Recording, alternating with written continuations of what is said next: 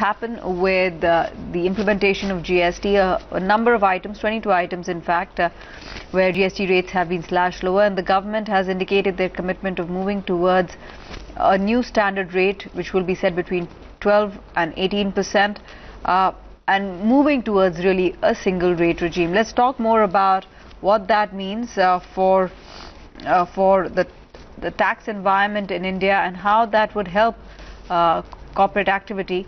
We are joined by two gentlemen, Saugata Bhattacharya, Chief Economist at Axis Bank, to give us his sense of what can the government do in terms of bridging the gap on expectations versus delivery when it comes to GST implementation. And Uday Pimprikar, who's the leader indirect tax at EY India, is also with us this morning. Good morning to both of you. Saugata, let me start off with you. The FM is talking about a single rate of between 15–15.5%. How feasible could this be? And you know, this is a marked shift from starting from the first version of GST, which was essentially 4 rates. Now 4 rates have been condensed to 3, 3 to 2, and from 2 to 1. Was this progression something that economists had taken on board, or has it come as a bit of a surprise because now the government is really trying to be softer in terms of ensuring that GST implementation doesn't hit a corporate sentiment significantly? No, I think it's a very significant move. All of us had indeed taken it on board, starting from Dr. Arvind Subramaniam himself, who had advocated a gradual move towards a single rate. I think the pace has definitely been faster than we had anticipated. We would have thought that it would have taken 3–4 years for things to have started stabilizing towards a single rate. So it's a very good move. I mean, there's no doubt that except for some luxury items which ought to be taxed at a higher rate, some demerit goods, etc., and the 5% rate, so some of the basic necessities of a poor country like India, I think it's a very, very significant move to try to move towards a real rate. Of course, I mean, the implications of this is very significant, both from the view of tax collections. We have seen that GST collections themselves have been fairly weak in this year. And much more importantly, in terms of the boost to the economic activity that you were mentioning, putting together a place of incentives, that needs to be seen. But it's a very, very significant move. Right. And so, Uday, good morning, and thanks very much for joining us on the show. What is your own reading of, this progression that's happened in the GST model since its announcement?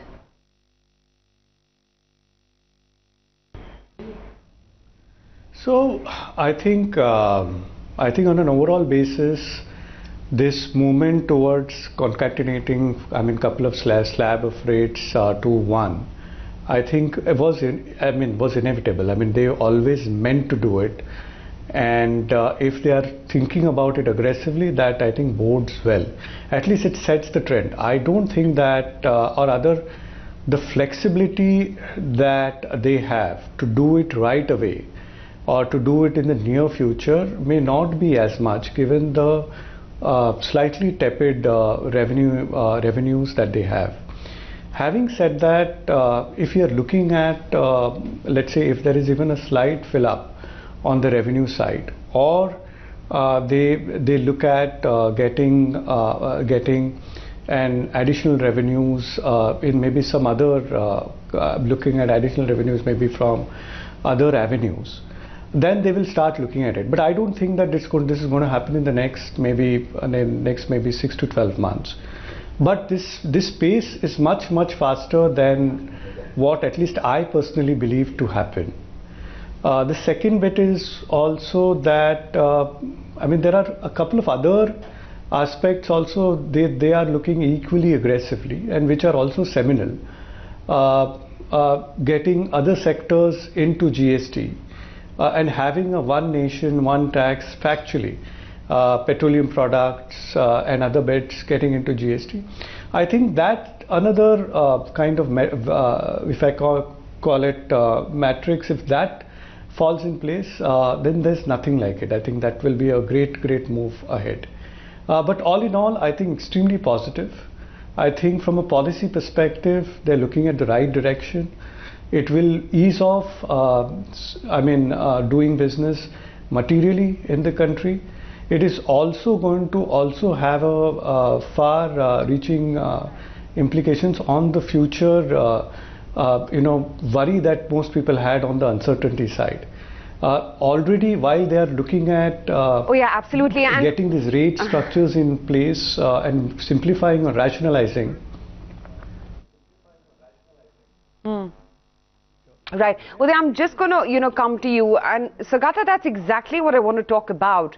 The implications on one end, although it's a less complicated tax structure that we're looking at, which is always desired, but this does have its set of revenue implications for the government as well, because we might be looking at a shortfall of about almost 1 lakh crore rupees in the current fiscal as well itself.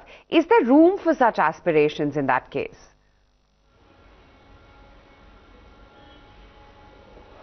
Well, again, the current shortfall is partially due to the reduction in the rates of some commodities that were announced in October, November. So that explains. But as Finance Minister mentioned in an interview today, the bulk of the shortfall in the current collections of GST is coming in essentially from the services segment, real estate, aviation, sales of FMCG goods, etc. So some of this is probably unrelated to the movement of the immediate movement, the lowering of the rates on certain commodities. But you're absolutely right that we need probably to understand the payment behaviors, the tax coverage of small and medium enterprises. So rationalization of the rates into a certain segment, and we are hearing some news about the GST Council looking to increase the threshold levels, etc. So all of this probably is likely to lead to an immediate shortfall in revenues, which is what our other guest, my colleague, was talking about in terms of the feasibility of the timeline of introduction. But it's a complex combination of factors that will play into the rate rationalization measure. Right. But the government, Saugata, is already under pressure to announce more pro-rural policies with an eye on the 2019 polls. In such a scenario, could GST not put further pressure on achieving that 3.3% fiscal deficit target?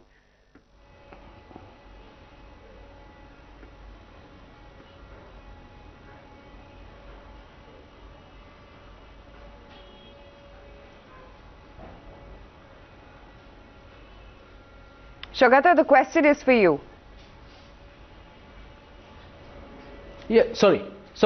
My apologies. Yes, indeed. Particularly if the if the direct tax revenues, say for instance, which has been growing fairly well, do not compensate for at least some part of the shortfall in the indirect taxes. The December collections, the advanced tax collections, seem to suggest, we don't know the numbers yet, but it seems to suggest that it's actually more or less in line with the previous years, hasn't gone up significantly. But together with that, with the direct tax collection, the trends that we have seen all the way up to October seem to suggest that direct tax collections are increasing. The government will meet most of its other non-tax revenue sources, the disinvestment sources, the dividends and royalties, etc. But the immediate implication is that you need to choose between whether to let for a small slippage in the fiscal deficit target, say from 3.3 again to 3.5, or whether to cut back on expenditures. The worry that we have at this point in time, that our expenditure run rates in FY19 have been higher than that of FY18, and we already know that there was a fiscal slippage in FY18. So that seems to suggest, and given the fierce concerns of a slowdown, economic slowdown in the current environment, that the government probably need to keep up its expenditure, the run rates. So that does seem to suggest that even with some expenditure cuts, there is likely to be a small slippage in the fiscal deficit.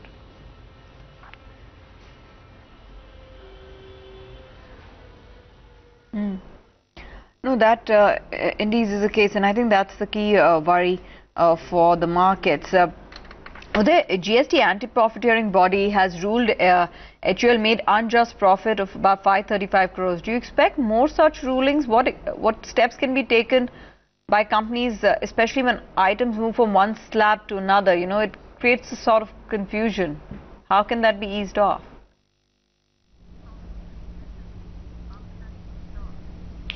So, yeah, I mean, there are going to be more such rulings coming in. To some extent, the Unilever judgment as of now also sets the benchmark, or sets the some principles basis which the subsequent rulings should be expected. Also, the fact that I mean, the authority has suggested that in absence of guidelines, they've gone with the spirit of the law, and to how much or what principles will get sustained in this issue, I think is for everybody to see. It's definitely going to go through some amount of incremental litigation. All these matters will actually now get appealed against, and they will go through that litigation. And so I think this is only step one of this entire litigation, and this is going to carry on for some time for a number of entities, specifically entities in similar sectors of like Unilever. What should people do? People, I mean, right now, I mean, so a lot of this is now post-mortem activity, but there are definitely some amount of rate rationalization that is expected, that has already happened in the last 31st Council meeting, and now also expected in the future. And the moment there are these changes that happen, individual entities will need to look at how are they going to demonstrate. First, what is their pricing going to be, and how are they going to demonstrate that they have not profiteered in relation to the taxes or the changes in tax. The basic criteria that the National Anti-Profiteering Authority has gone and established in Unilever are fairly onerous. They have basically gone ahead and said that they will look at, for understanding profiteering, they will not look at it on a holistic basis, but they will look at it transaction wise. So that is one. The second is that they seem to have gone ahead and suggested that the profits being made through the supply chain also might impact this anti-profiteering rule. That again is fairly debatable, in the sense that should I be looking at my own supply chain or my own price, or should I be looking at also the prices that my distributors charge, and so on and so forth. And the law, at least the general understanding of the law, is a bit different than what the authority seems to be suggesting. So that's another bit that is fairly onerous. This from their perspective, imposing this liability on the manufacturer, I think needs to be again kind of considered or looked at, and will definitely get debated as we go along. The third aspect that is going to be also looked at is how can you demonstrate whatever price changes have happened are only in relation to the tax change. If there is anything that is getting collated as a price or computed as a price, part of it could also be because of the general demand supply situation, the general pricing in the market, and how would you prove that? The larger issue that people are also kind of worried about is that what is the period around which they need to be worried about getting caught in this anti-profiteering provision. If they make a change a little later, let's say in 6 months from the rate change happening, would those changes in price also get questioned by the anti-profiteering authority? And obviously, if circulars have been issued, but all this is also going to be a bit debated. Lastly, the authorities on a pan-India basis are initiating suo motu inquiries. And that again, if that happens, then again it opens a Pandora's box as to it just increases litigation. So I think this is only, I mean, to summarize, this is only episode number 1. Okay, there's a lot that's going to happen on this front as we go along. A lot of it, a lot is going to happen from now on this particular aspect. Okay. Saugata, before we close out, do you see other items, especially real estate, ATF, also being brought under the GST preview? And do you think that that's going to be something that, you know, would make the whole exercise more inclusive?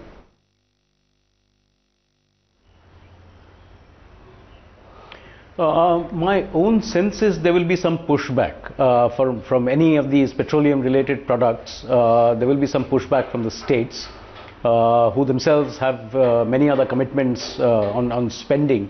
So they would probably look to not disturb the current revenue streams further, given the other uncertainties that are now in place. So my sense is that ultimately, we are seeing the speed of movement of rates, commodities, inclusion, exclusions, etc. So there might be some push towards moving towards this. But my sense is the current fiscal situation, both of the center and the states, would probably not lead to too much of a transformation in the commodity, in the coverage structure of GST that are now in place. Okay, gentlemen, we leave it at that. Thanks very much for joining us with your perspective on how you see the roadmap for GST going forward from here, in the wake of the fact that the finance minister is committed to moving towards a single tax regime or single rate tax regime.